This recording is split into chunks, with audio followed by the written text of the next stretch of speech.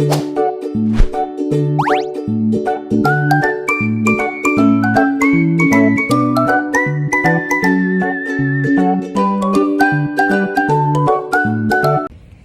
afternoon, we are Isabella Rodriguez and Camilo Sanchez, and today we are going to present the main instruments of trade policy based on chapter 9 of Kurman's book. These instruments are tools that governments use to influence international trade and protect their economies.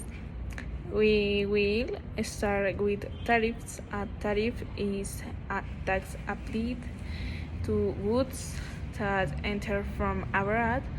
According to Kurman, its main function is to raise the price of imported products so that domestic goods can compete more favorably.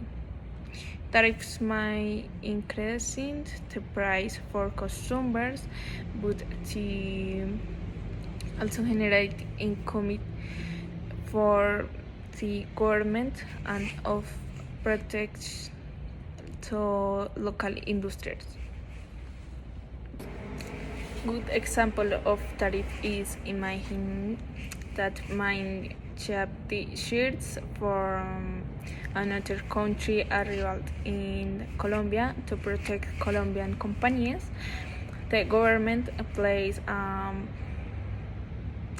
9% tariff in the T-shirts original cost 20,000. With the tariff it now costs.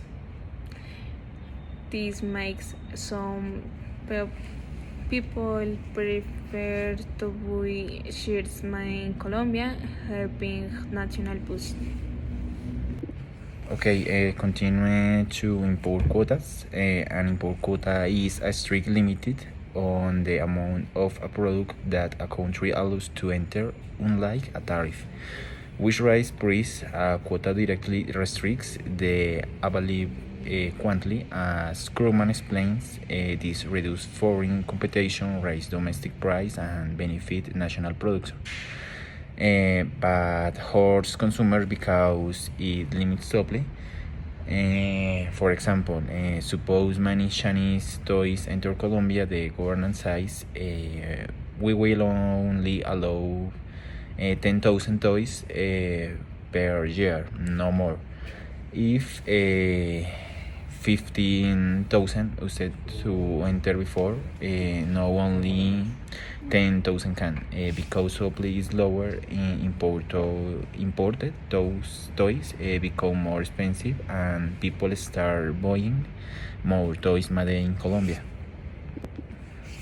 3. Export subsidies. Export subsidies are financial supports that the government gives domestic companies so they can sell their products abroad at more competitive price. Kurman notes that the instruments stimulate exports and favors domestic producers. But I can also create trade tension because other countries see these subsidies and unfair competition. For example, a Colombia company produce specialty coffee, but is more expensive compared to Brazil. The government decides to give the company a subsidy for each kilo if it exports. With the support, the company can sell Colombian coffee at a lower price in Europe and thus compete more effectively. Voluntary export restraint verbs.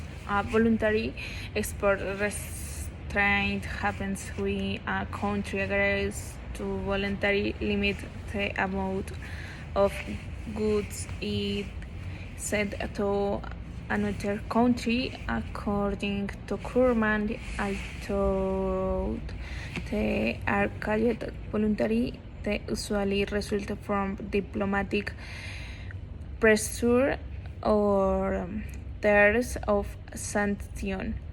The instruments protects producers in the importing country but after arms customers due to reduced supply.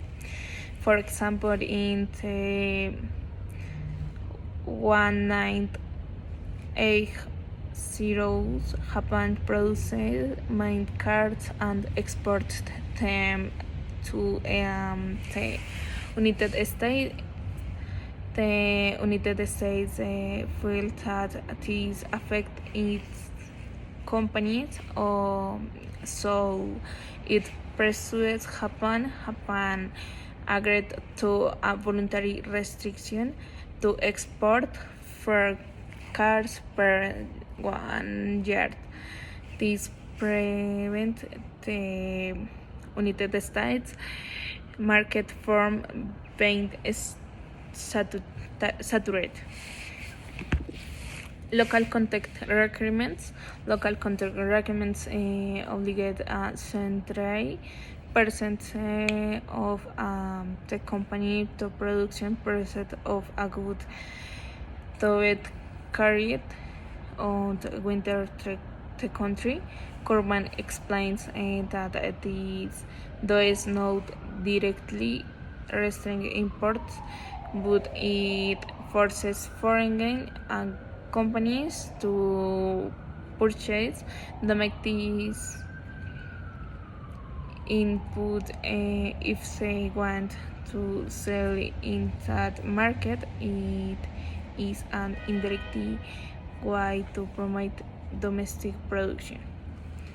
For example, Brazil requires that 30% of the parts used in locally assembled motorcycles